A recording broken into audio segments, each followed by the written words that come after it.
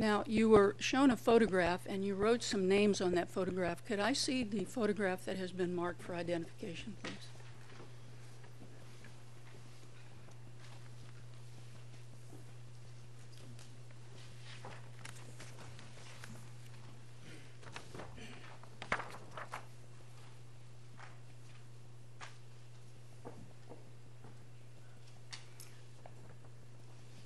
So, if the witness could be shown that, it could be put on the overhead, please.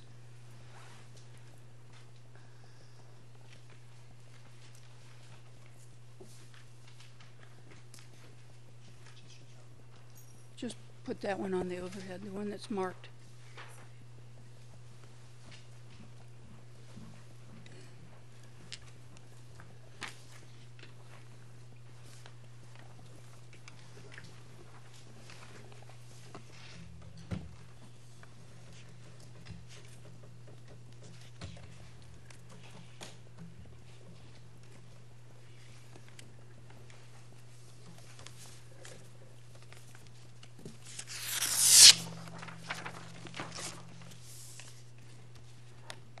Put that on the overhead, please. Look at this one. And Ms. Campbell, we look at this photograph and Charles Taylor is standing between you and Nelson Mandela, correct? Correct. And do you remember when this photograph was taken? Oh, it's either before or after the dinner, but I can't recall because it's so long ago. I don't know. So it was in connection with the dinner. Yeah. All right, that can be removed. And then if we could please look at the document that has been marked 12B.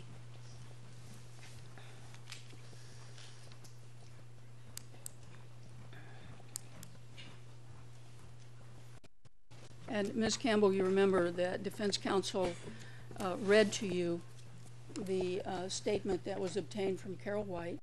Right. And you recall that he read to you the portion that indicated that when the diamonds were given to Mr. Ratcliffe, he was horrified. You remember him reading Correct. that part to you? I remember.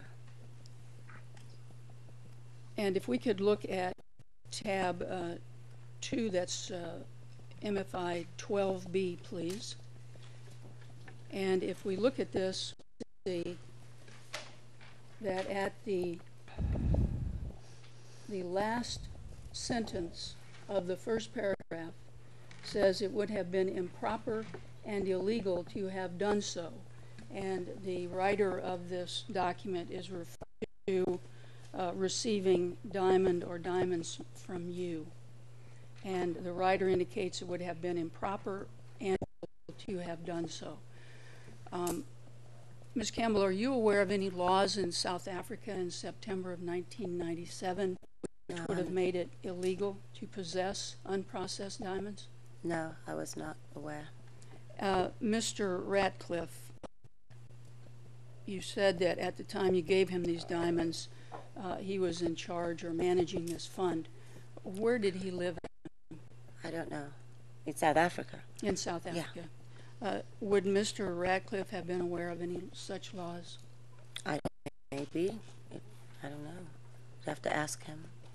And if it were illegal to receive such diamonds, that could account for his being horrified, isn't that correct? I don't recall him being horrified. Otherwise, I don't think he would have taken them at all. When you asked Mr. Ratcliffe to accept these diamonds, did he indicate any concern to you about accepting them? Not that I can remember. He may have said something to me, very possible, yes, but I don't remember what it was. And when you spoke to him more recently and he indicated he still had the diamonds, did he explain why he still had the diamonds? I think because there was not enough time, as I said, because we'd been in, like, I don't know, we got in the same day of the benefit. It was at night, I recall, of the town, at the end of the train ride. So I don't think he had time. You gave him the diamond in 1997, correct? Correct. I got, yeah. And you indicated you spoke last year and he still had the diamonds? Last year. Would have been what, my math is not good, what, 12 years later? Correct. I only contacted him when you contacted my lawyers.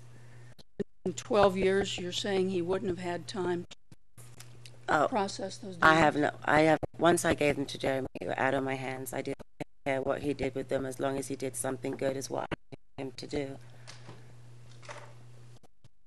And so he never explained why later he still had them? You'd have to ask him.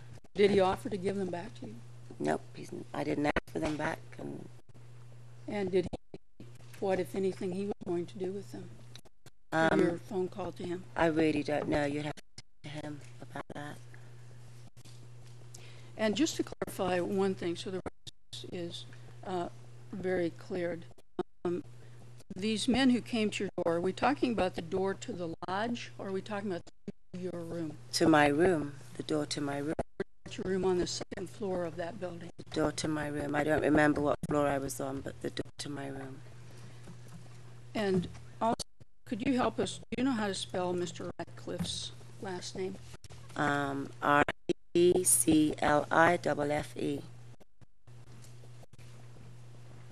Today, as we're in this courtroom, aware of any laws that were in existence in 1991 regarding the possession of unprocessed diamonds? No, I was not aware. As we are in court today, are you aware of? Today, yes, obviously. And you were informed about that by your attorneys, correct? Correct. And I'd heard about the term blood diamonds back, 2003.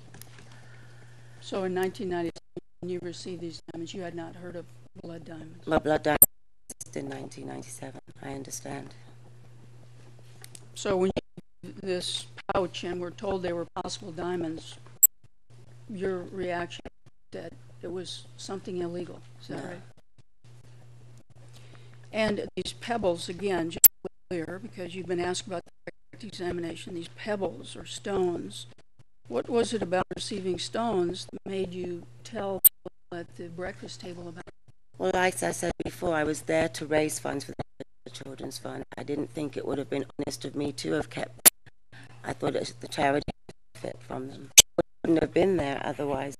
I was there for the charity.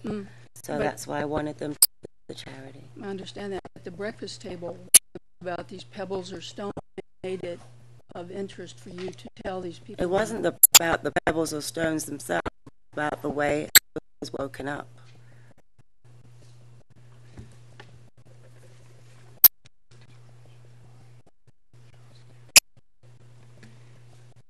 Ms. Campbell, isn't it correct that the account today is not entirely truthful because of your fear of Charles Taylor? Not correct. I'm here. Madam President, that is cross-examination to impeach one witness. In our submission, it's totally improper. Yes, yes, it is. It is improper to impeach your own witness by saying that her account is not totally truthful. And you know the procedure, surely. On the record, our position, Madam President, simple record. It's worth, but I made the ruling. I appreciate the ruling. I'm not the ruling. I'd like to put our position on record, however. And our position is this, that for all practical purposes, this was not a prosecution witness. She has not availed herself of contact with us. We didn't even know arrangements for her, and for those reasons, I believe that it is not really a, excuse me, was there a comment outside of the bench? I heard, not heard. Please finish your sentence. Thank you. That for that reason, this witness, for all practical purposes, was not a prosecution witness, and that is simply what I to make the record on, Madam. Thank you. Ms. Hollis, if this witness is a prosecution witness is she?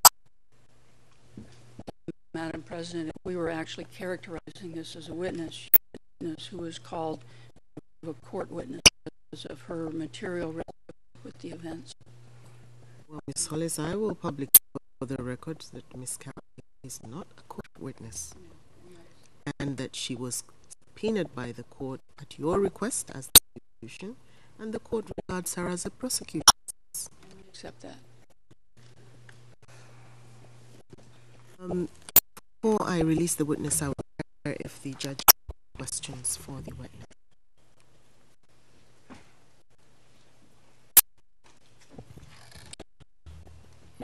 Well, the function at Nelson Mandela's place, I think it'd be to say that every present was there by invitation.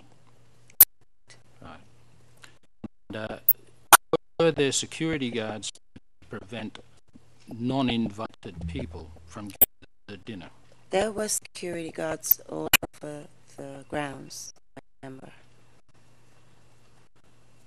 Now, on the question of the gift of diamonds, you you just assumed that they came from Charles Taylor. Yes, because he actually give it to himself, like that. No, I'm not actually asking that. Yeah. I'm just my question that you have is that you only assume it came from Charles Taylor. Yes. But have you considered that they may have from somebody else at that dinner? When we discussed it at breakfast, Mia Farrow said there's no one else at that table that would give such a gift. So option was made, and I said, yes, it was. All right.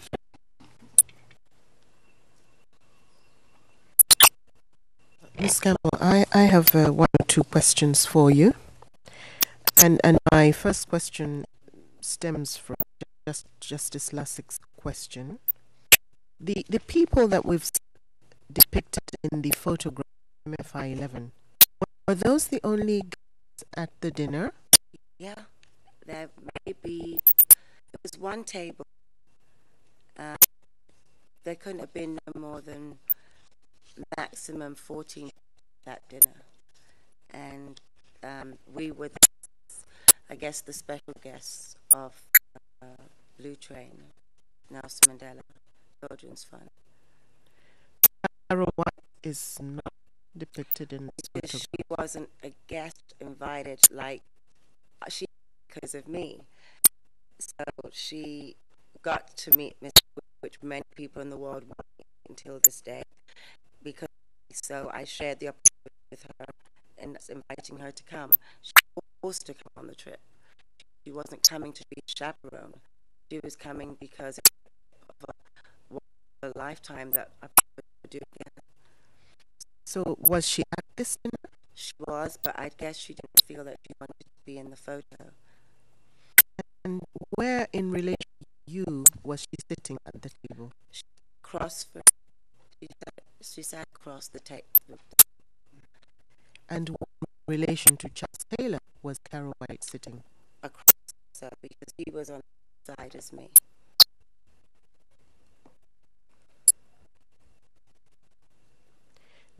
Remember whether Mr. Taylor took the ride on the Blue Train, the rest of the crowd?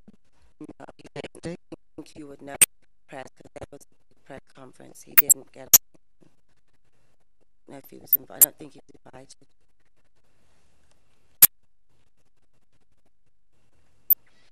And those would be questions. And Ms. Campbell, we want to thank you for your testimony Very much. and for taking time out of your busy schedule. And we wish you a safe journey. Thank you very much. Maybe escorted.